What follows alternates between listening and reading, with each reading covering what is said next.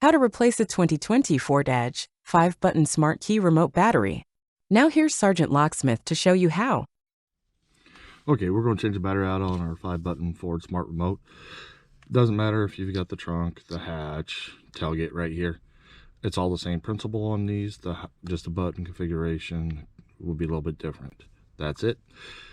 So if you're having problems with your doors not opening, locking, remote start, trunk, gate, let's do the quick repair, see if this fixes it before you come see a locksmith to see if you got other issues. First things first, if the keys are attached to it, doesn't matter, leave them on. Remove emergency blade. I like using a flat tip screwdriver for this. It's just me. Notice this is where your emergency blade is. Come to the opposite side, you'll see this indentation. Take your flat tip, put it in there, just twist it and twist. You notice it wants to pop up. I don't pry on it because you can break the little tab that sits in here. I like to take the flat tip and just slide it in right over here on the side. Pops up. That's that little tab I was telling you about. They can cause a problem.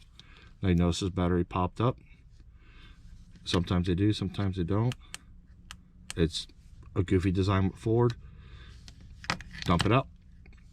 It's your CR2450. Go ahead and put your new battery in, slide it in, push down, and you notice it doesn't latch on here. You can turn around and even try that. It won't work. I've always found that you put it in, set it down, this back cover pushes everything down in there. Remember that little tab I told you about? Slide it in. We push down.